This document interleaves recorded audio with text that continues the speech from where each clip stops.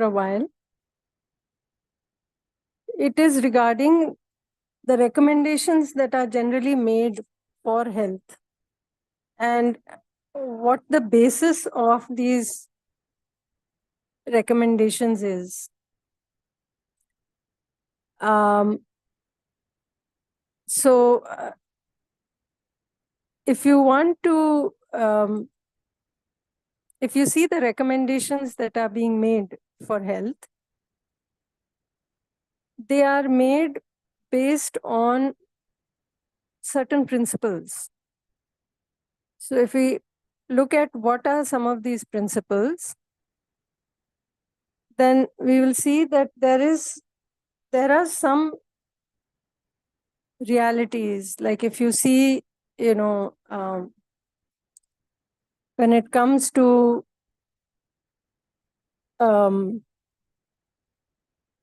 just hold on 1 minute. I'm trying to connect with my laptop so that I can display the screen also. Just 1 moment.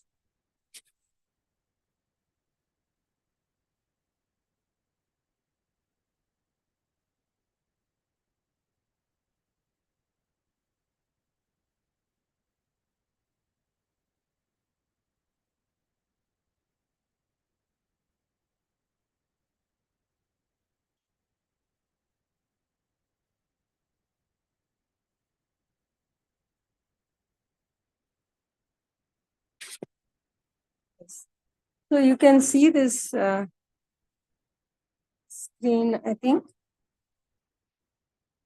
This is just depicting the title, Recommendations for Health. So now if what I was trying to mention was that certain recommendations that we make, they are based on certain principles. What are those principles? Principles are like a certain law that governs this existence, how things really are. So these principles are based on the reality of the existence. Existence meaning everything that exists. You, me, other people, animals, birds, plants, trees, the soil, water. There are certain laws that govern these in this existence.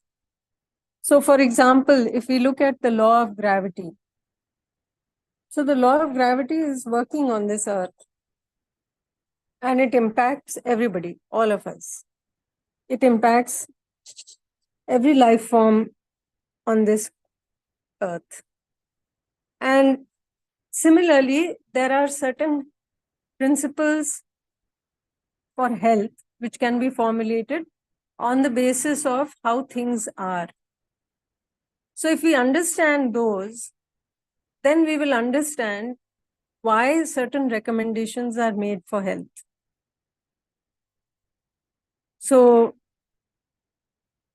if you look at, the what to do, how to do kind of thing for health, so essentially the principles are about when you ask why I should do this, the answer you will get is from the principles. So the principles are the answer to the question, why to do something for health. When we come to the recommendations for health, the recommendations are based on these principles, which are based on the reality. So the recommendations tell you what to do in order to stay healthy. And then later on, one can go into the implementation of these recommendations. Those implementations will be on the basis of, whatever the recommendations are. When you go to follow these recommendations, what you need to do, the kinds of processes that you need to, take the help of in order to do this, that is the implementation part. So that would be the answer to the question of how to do. So for instance, just like we said that there is this law of gravity. Now, one of the health principles is that the self is central to the existence of the human being, and it uses the body like a tool.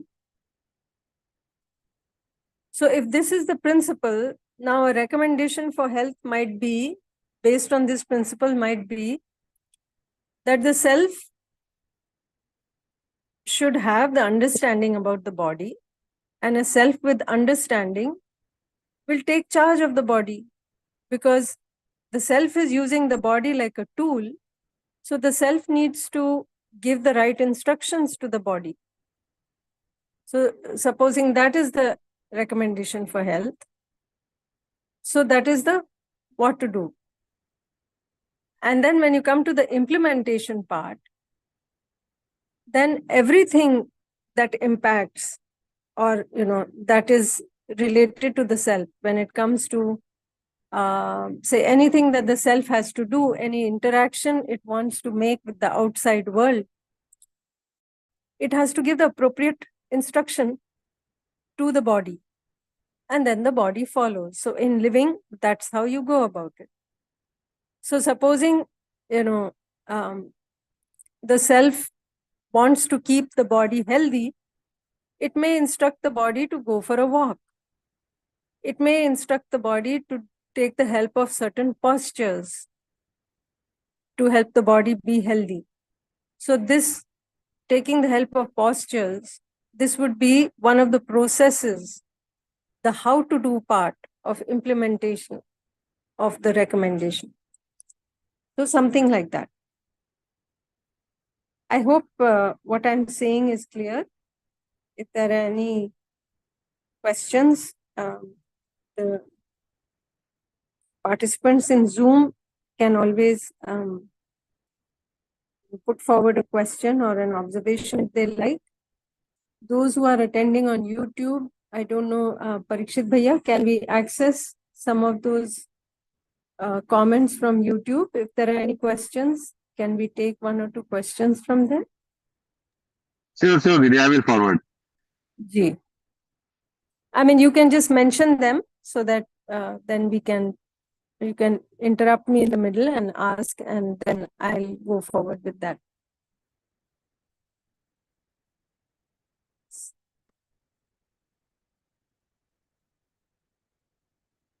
So the principles, if you look at the principles are universal. They are the same for everybody. Just like we discussed, one of the laws on this earth is the law of gravity. That works for everybody. It's the same for all. It doesn't discriminate between the rich and the poor, the male and the female, and the older person and the younger person, and so on. So similarly, when we talk of the health principles are universal. They are the same for all human beings at all times, in all places. Like, for instance, this principle that the human being is a coexistence of self and body. So this is the same for all human beings, whether it is a small boy or a big grown-up woman or an elderly man, whether it is somebody who lives in India or lives in America or in Africa, it is the same for all, in all places, at all times. In the morning also it was the same, evening also it is the same. It was true hundreds of years ago. It is going to stay true, many, many years later also. So like that, principles, if you look at them, they are universal. But when it comes to the recommendations based on these principles, now the recommendations may be more specific. They can vary from one person to another person. They can vary based on the age. They can vary based on male or female, and so on. So for instance, one simple example that we mentioned here is different ages recommendation is for different foods. So one general recommendation which applies to all is that food that is nourishing for the body, it nurtures the body. So the recommendation is for food that is nourishing. Nutrient-rich food is what is recommended.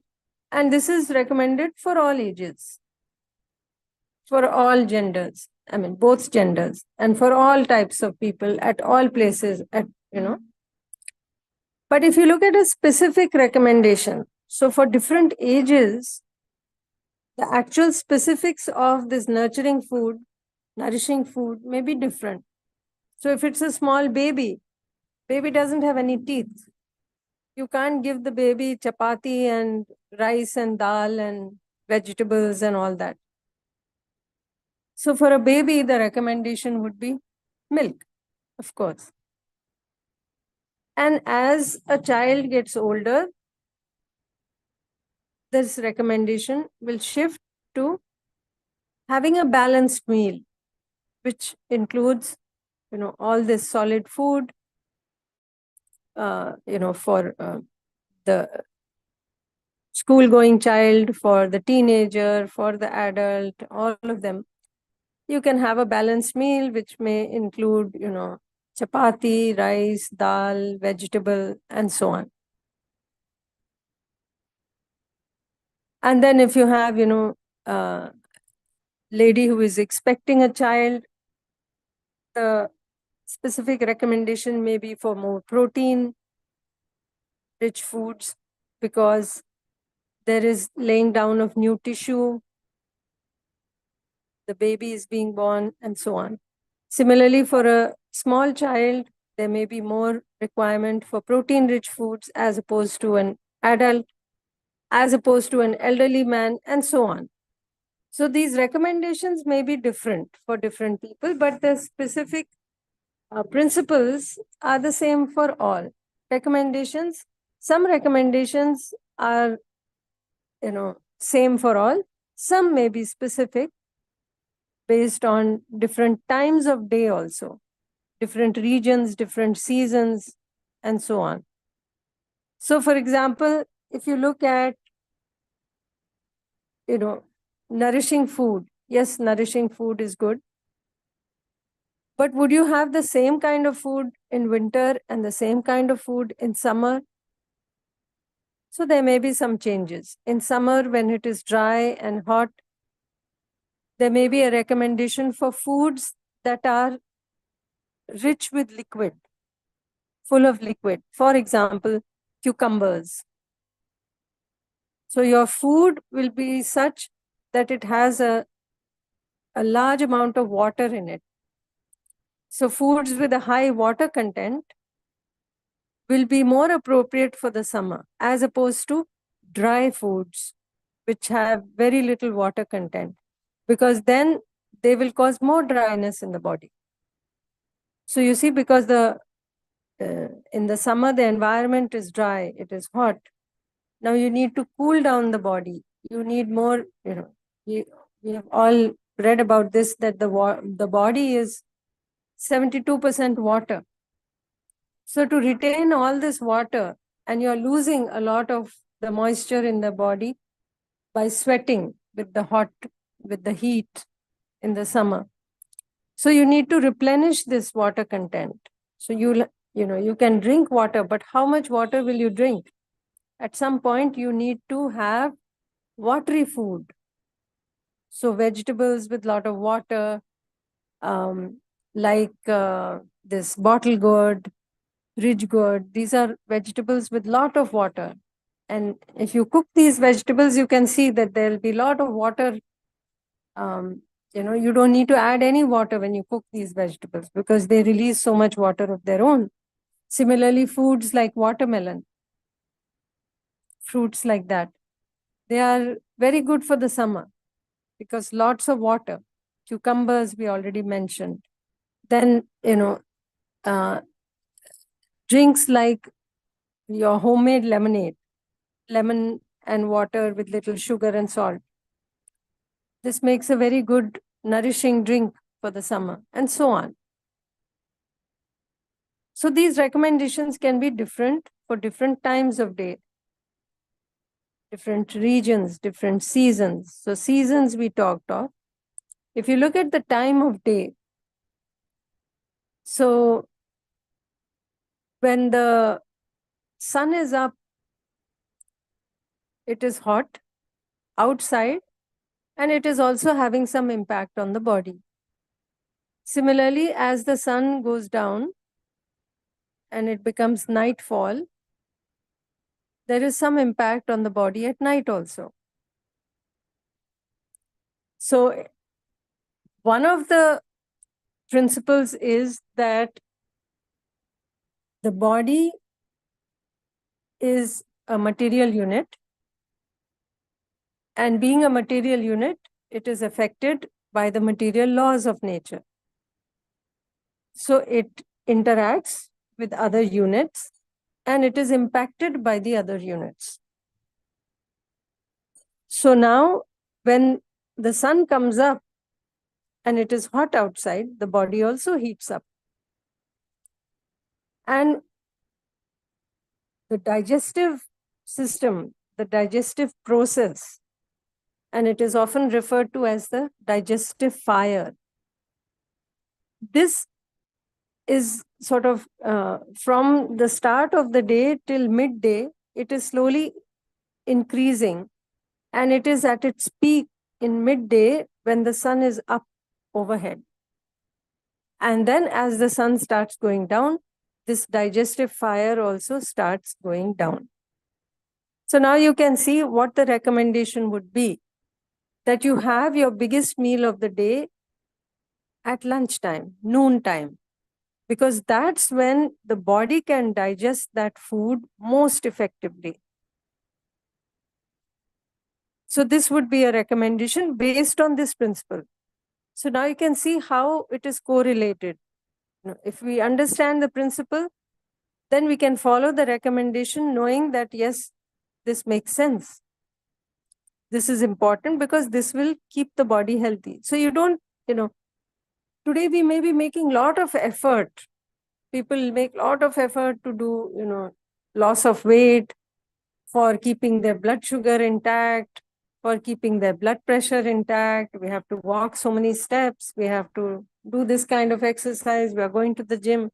But if we are not clear about this small, many such small things based on the principles, then we may have to make double, 3 times, 4 times the effort to maintain that same amount of health. But if we are aware of these things, so like this small thing that your digestive fire is at its peak around noon.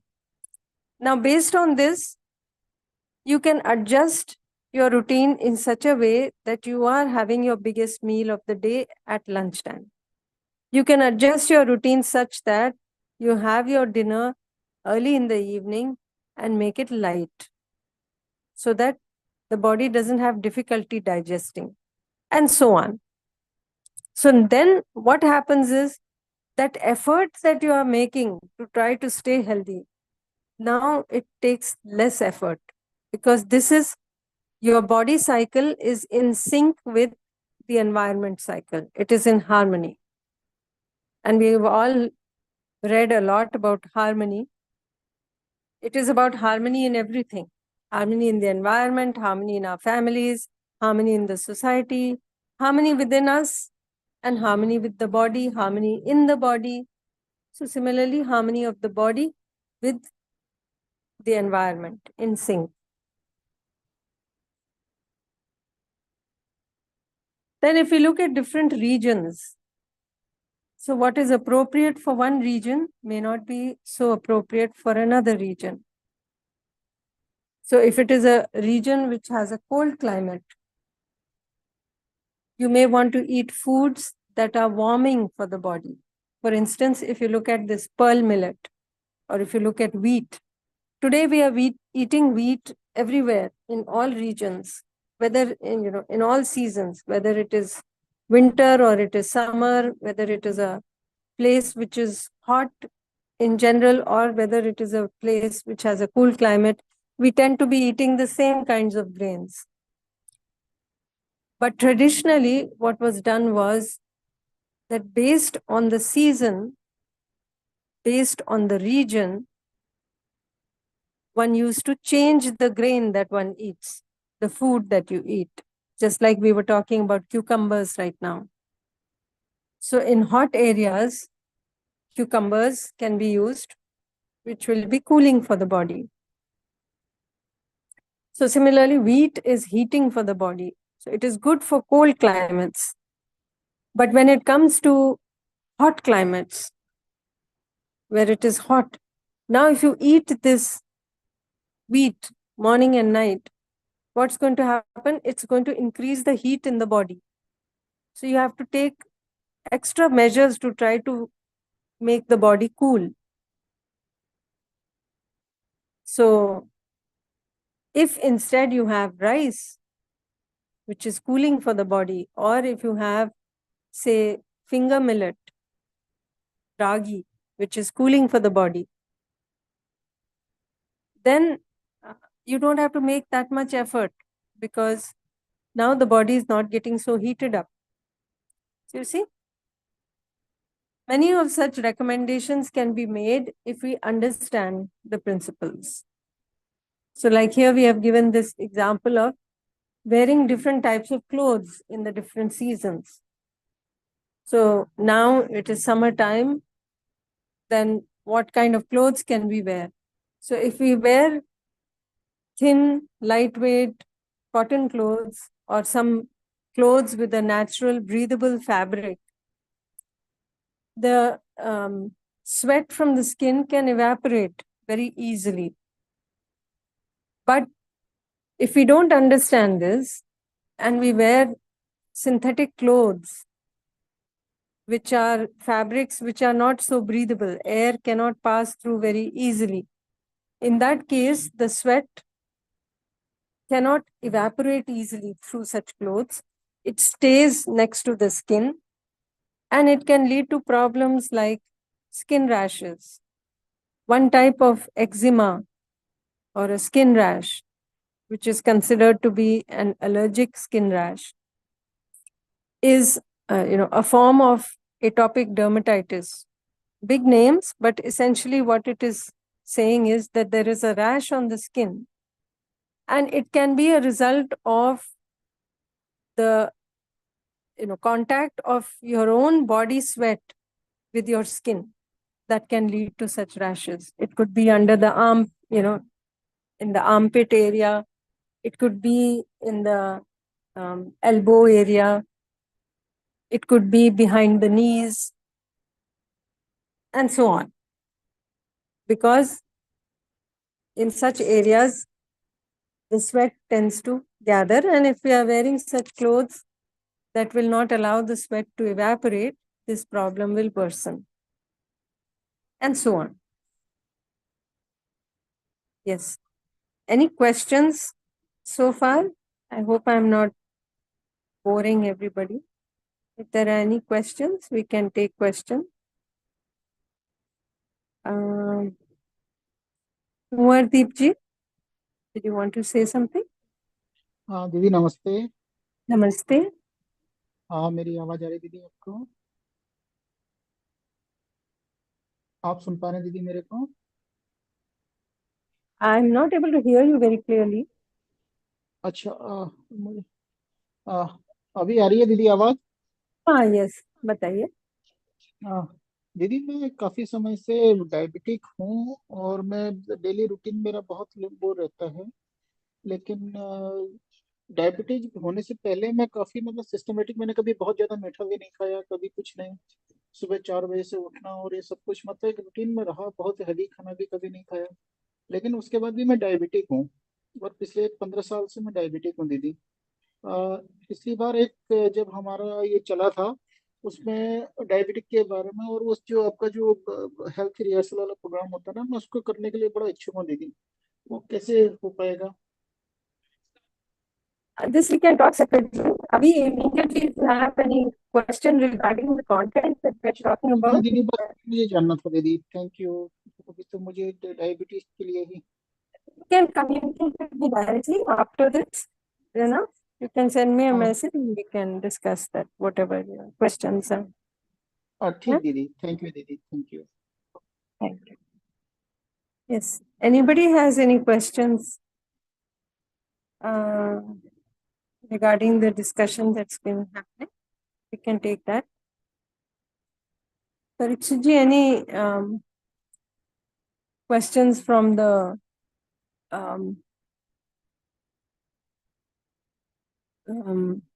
YouTube? No, as of now. Okay. Got it. So we can move forward. So let us look at this recommendation of appropriate intake. Now it says one, but this is not in any particular order. This is just that if we look at the principle, then we can figure out some of the recommendations if we understand the principle. So one principle that we talked about is the body is a material unit that obeys the material laws of nature. So what is this material law of nature? One material law is that all these material units are physiochemical units. So body is also a physiochemical unit. Being a physiochemical unit, the body's needs are also physiochemical. So the body needs food. That means the body is a result of the food that is consumed by it. So this general recommendation, like we were talking just now, that if you have balanced meals that are nutritious, that are nourishing for the body, like fruit, like vegetables, like whole grains, they will help the body to grow and become strong. And just now, when we talk of whole grains, if you look at this, fruit, vegetables, whole grains. Just now, there was a question regarding diabetes. So one misconception about diabetes, I'm not saying that all of us have that misconception, but since that question has come up, I thought I should mention it here. One misconception about diabetes is that it is a disease linked to having too much sweet. Not necessarily so. If you look at our food today, we are processing the food more and more and more and more. But the body was not meant to have this more and more and more processed food. So if you try to see this, that the closer you stay to the natural form of the food, the better it is likely to be for the body. For instance, if you look at fruit. So fruit in the natural form, and incidentally, that is another myth. Many people think that those fruits that are sweet in taste should not be eaten by those who are diabetic. In fact, if you eat ample fruit, sufficient amount of fruit, it is possible that you may not get diabetes at all. So fruit in the natural form, if you eat it, so if you eat, say, a banana or an orange or an apple in the natural form, one thing is fruits are called cleansing foods. They go down through your digestive tract very quickly. They are digested and they move down very fast. They have a lot of fiber. So fiber helps to move these things down once you consume it. And what is important about moving down is each of us has an intestine which is, 26 to 30 feet long, 22 to 26, and sometimes up to 30 feet long. And if you can see your height, you will see how much of a contrast that is to the length of the intestines. So if you are between 5 and 6 feet, we are talking of 26, 22, 26, 30 feet. Now that long a journey, this food that you eat, in the process of after digestion, assimilation, absorption, the waste matter has to go through this whole process before it is thrown out of the body. So obviously, if this waste matter goes down quickly, it is better. So fruits are called cleansing foods because they are removing all this waste, this toxins in the body very fast. So if you consume food as fruit only, in 6 to 8 hours, it would have traversed this whole region of the intestines and gone down. As opposed to if you look at cooked food, cooked vegetables and so on, that will take about 12 to 24 hours. Vegetables will take less time because they have more fiber. Grains will take little more time. And those people who have non-vegetarian foods have zero fiber. So they will take like 3 days for them to go down. So you can see the significance. The waste matter, all these toxins in the body, you don't want to carry it around because if it is not getting thrown out of the body, it is getting recirculated in the body. And this is one large reason for problems like diabetes, like high blood pressure, and so on. So where does whole grains come in this? So whole grains means grains that are closer to their natural form. So if you look at wheat, when you process it a little bit, you break it down, what we call cracked wheat or dalia or rava, sometimes it is called. Not this fine rava, not suji, but cracked wheat or dalia, or sometimes called the mota rava. I don't know. Different regions will have different names for it. But that is a closer, means if you just process the wheat a little bit, you will get this cracked wheat. If you process it little more and you strain it, you get atta. These days, the atta that is being sold in the market, the flour, the wheat flour,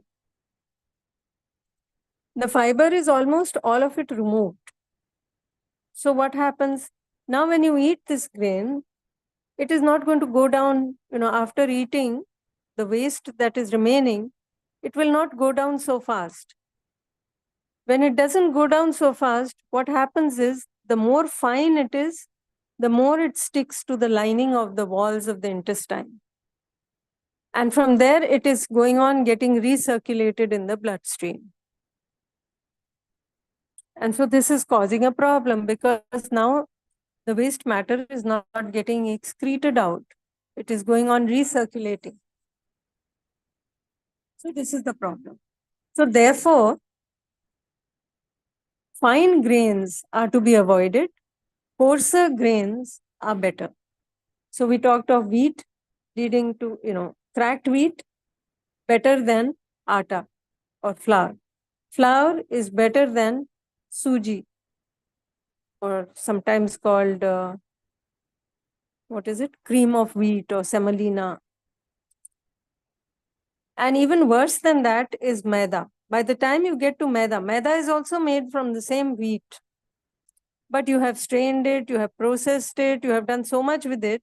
Now, what is left is just taste, zero nutrition, zero fiber. So it is important to make sure that we are eating whole grains. Similarly for rice, you polish the rice.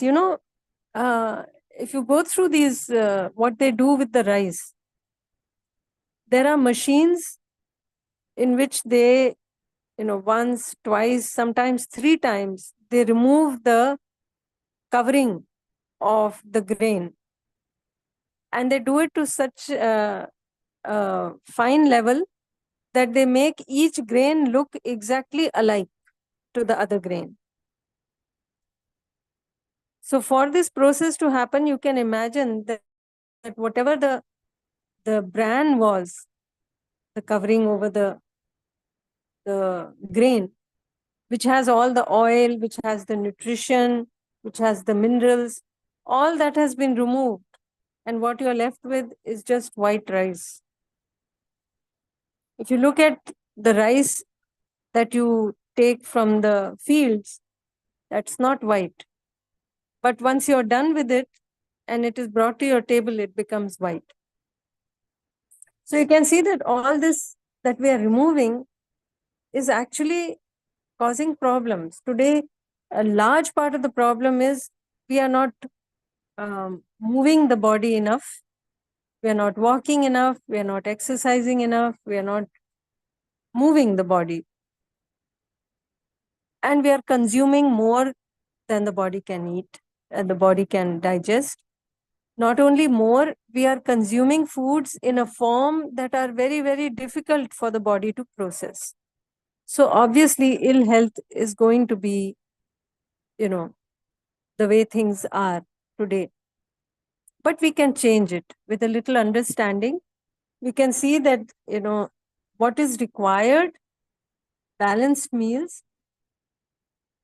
lots of fruits, lots of vegetables. And as you get older, if you eat less grain and more of these foods that travel down faster, so maximum of fruit and vegetables and less of grain, because with aging, your whole metabolic activity in the body slows down. Things are moving down slower and slower. And your activity isn't getting any more. Rather, as we age, our activity also seems to be going down. So obviously, you need to eat light. Otherwise, the body cannot digest. Yeah. So these are some of the things that I was thinking about. And I think Kumardeep ji may have gotten answers from this. Oh, my phone is battery is very low and my unfortunately charger is not here. Okay. So if we look at this, in case if I get disconnected, you'll have to give me a moment to join back.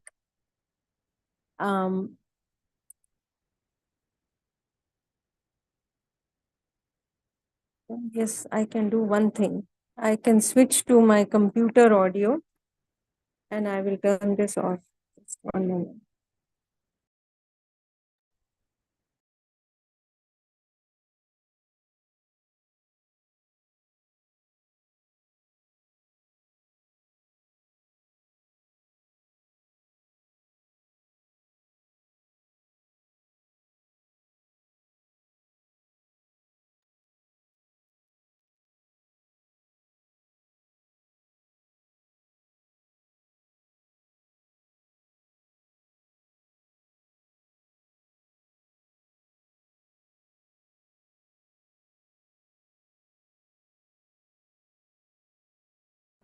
Yes. Is my voice audible?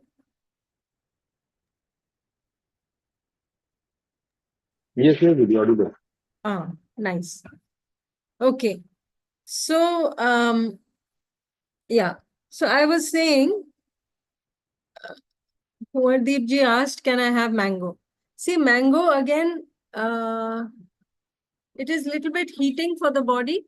So what mango can be, it is a sweet food, no doubt, but it can increase the heat in the body. So one way to decrease that effect of mango is you can put the mangoes in some ordinary temperature water before you eat. So soak it in water for about an hour or so and then have it.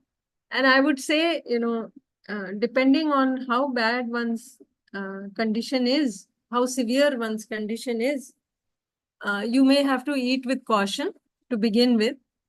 But it is not just about mango, it is about all the grains, the vegetables, everything. So ample fruit and vegetables and whole grains and some exercise. And I think, you will find that difference. Of course, if you're on medication and your blood sugar is, varies a lot, then you may have to keep it, under scrutiny. You may have to check it from time to time. So that cautiously, certainly you can make that change happen. Okay, so that was about the recommendation for the meals. Another material law is that all material units are temporary.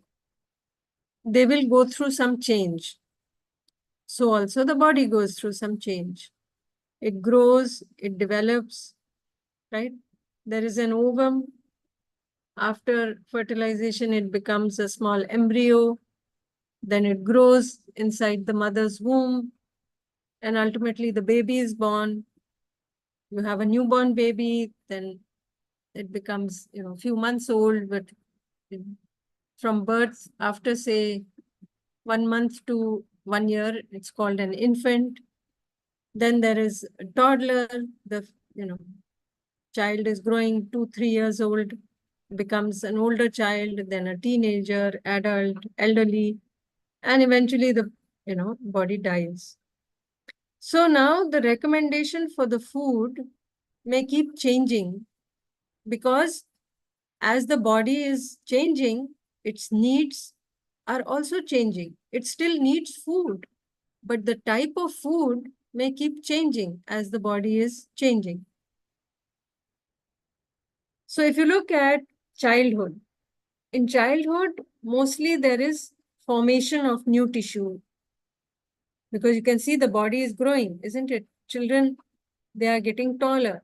If you start from the newborn baby is maybe, 50 centimeters, between say 45 and 55 centimeters, something like that.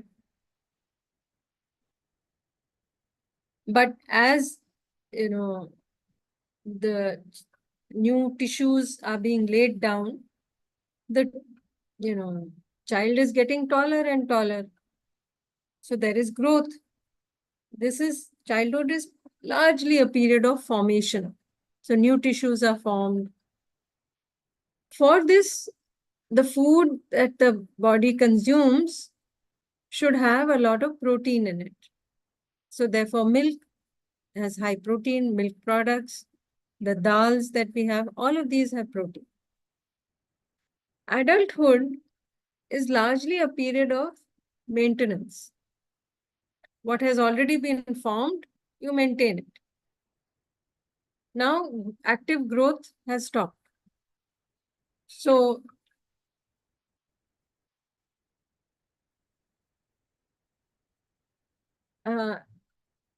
active growth has stopped in terms of height. Now, if you, keep consuming the same way, the only way you're going to grow is sideways. Weight will increase, and with it, whole lot of other complications and problems. So now, because new tissue, active tissue is not getting laid down, the recommendation is for smaller quantities of these protein-rich foods. You don't want to eat too much of the protein-rich foods. Rather, you want to increase the fruits and vegetables more and cut down on these other things like, say, cottage cheese, paneer, or very heavy dals, which are high in protein. Those kind of things you can cut down. Of course, exceptions are there. Like we said, pregnancy, during pregnancy, for the new baby who is going to be coming, new tissues are being formed. Mother who's breastfeeding, the baby has come out of the body, but still is being sustained by the mother. So because new tissues are being formed, the mother will need protein-rich foods. Teenagers also, they are going through active growth spurts. You may all recall your children, when they are in class 6 or 7, they are tiny. Girls, by the time they hit 8th, 9th, they suddenly shoot up. Boys, by the time they are in 11th, 12th, they have shot up. So teenage years, they are growing very fast. and they need more of these protein-rich foods. And adults also, those who are doing a lot of heavy-duty labor work, heavy physical exercise, they may require some, protein-rich foods. By the way, one thing here that there is again one more myth that we may believe in, that vegetarian foods lack protein, or that if you require protein-rich foods, you have to eat eggs and you have to eat non-vegetarian. Not true. Why not true? Because weight for weight, if you see, some of these pulses that we have, the dals, if you look at kidney beans or rajma, lobia, black-eyed peas, or if you see the white chana, the black chana, all of these are very, very rich in protein. In fact, most of these have more protein than egg. And many of them have more protein than mutton. Many of them have, equivalent or almost the same amount of protein as chicken also, and so on. So in fact, if we are eating those foods, we should be aware that we are eating only for taste or whatever, because nutritionally, in fact, the vegetarian foods are, they can be very rich in protein. We just need to adjust the quantities based on our, the age and the requirement of the body. So this is about adulthood. Then when you come to more elderly people, say beyond 60, 65, now what is happening is the degenerative processes in the body are predominating. So in childhood, it was the formative period. New tissues were being formed. In adulthood, they were being maintained. And in the elderly, they are now in the process of degenerative changes.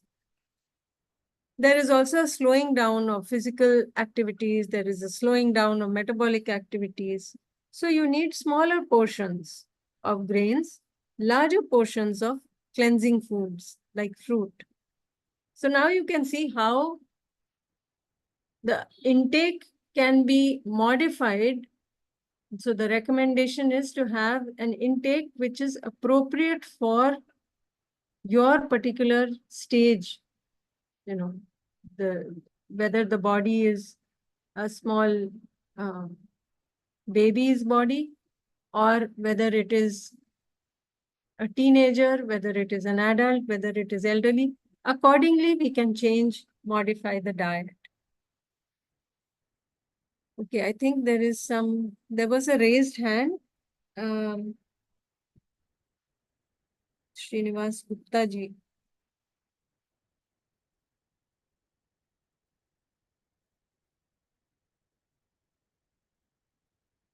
Yes, Srinivas Gupta ji, you wanted to say something? Namaste, Didi. Namaste. There is a lot of confusion regarding fruits are concerned, because nowadays these are very much hybrid fruits are available. We are even not in a position to identify, get these regular natural fruits. So many times what I have observed. So these what is these hybrid fruits are okay to consume or should be avoided completely? Yeah, see, today we don't have that much choice. If you look at many of the foods, many of the fruits, many of the vegetables, you will find hybrid forms only. Yes. So, like for instance, cucumbers. Yes. Now, what we used to call the desi cucumber, that you can't, at least I don't see it in the market anywhere. Yes. What you're finding is lots of hybrid forms. So right now we may not have that choice. That's why it is most important to preserve whatever traditional old seeds we have. and try to grow those, because otherwise they are going to become extinct. Yes, yes. So right now we don't have a choice, but then I think this is all the more reason that we must understand the necessity for serving the traditional seeds and growing those traditional seeds, keeping them, in the flow of things, so that at least we don't make them extinct. In fact, rice, hundreds of varieties used to be there in India. Yes. Now only a handful of varieties are left. Yes. So certainly, it would be better to have the original, the desi form. But when you don't have a choice, then I would say, at least whatever is there, we sort of have to go with that. But if we can work on this, at least those of us who may be having land and maybe doing farming, we can try to make those changes so that, our traditional grains are not lost in all of this.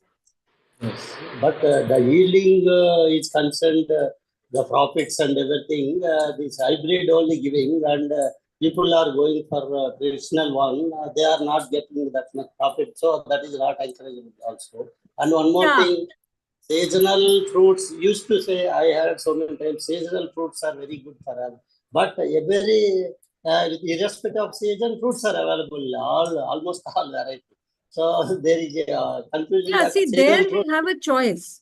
There we have a choice, because yes, they are available all year round, but whatever is in season, if we eat Yes. those, and one clue to that will be by the price. In fact, if you eat unseasonal food, you will find you pay a higher price, not Yes, only in terms that's of right. financial, but also in the terms of your body health.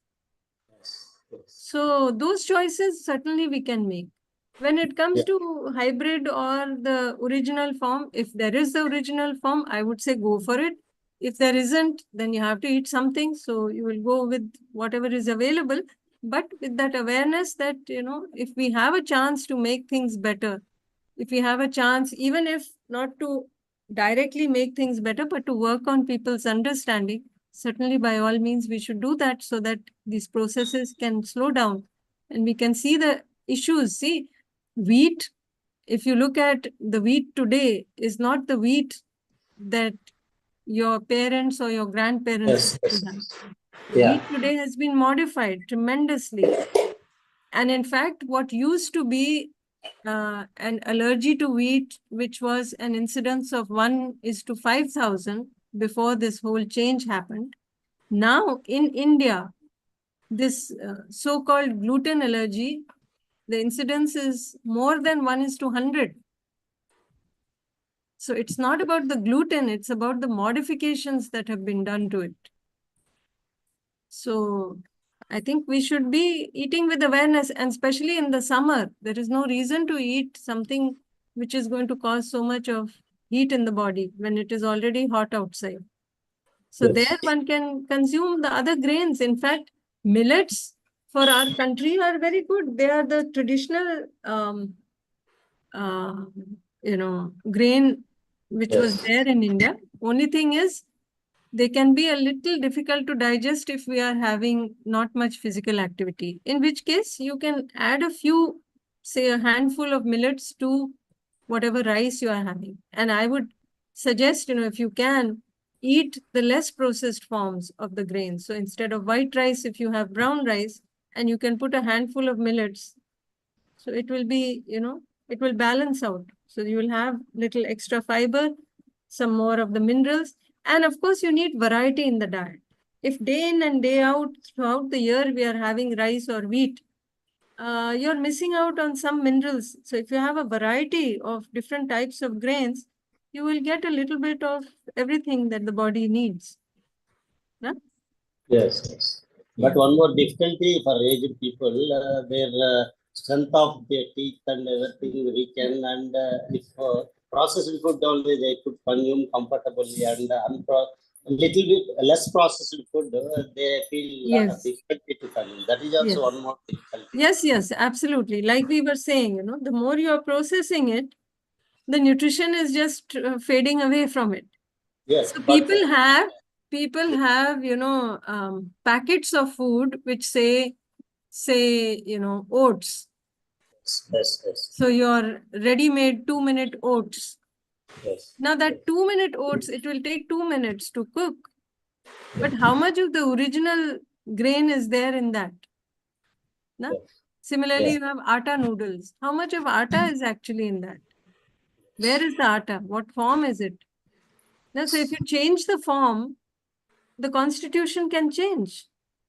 Yes. Definitely. No? So that all we have to keep in mind. Yes. Okay. Thank you very much. Thank you. I don't think we have too much time, but we can probably I don't know. Is there any other hand raised? I'm not able to see it.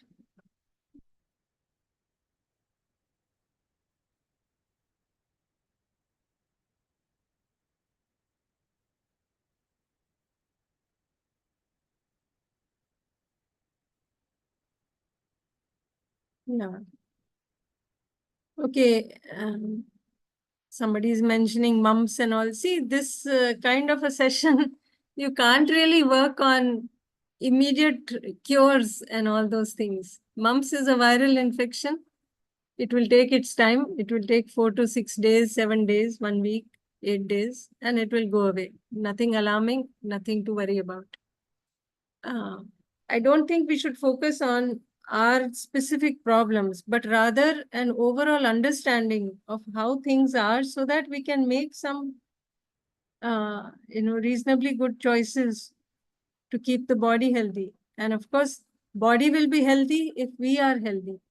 So essentially, I am the one as the self who is taking care of the body. This should be very clear. So if I am in harmony, only then can I keep the body in harmony.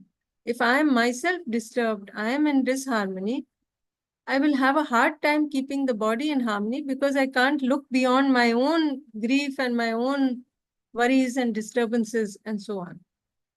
So this, taking charge of the body, taking responsibility for the body, having that feeling of self-regulation, that comes first, primarily. Then all these other things will follow. Then I don't give in to taste. At every moment, we are making those choices. You go to the grocery store to pick up some food. You are making those choices. Observe how many times you think, should I take this? Should I not take it? Is this going to be healthy for my body or is it just for taste?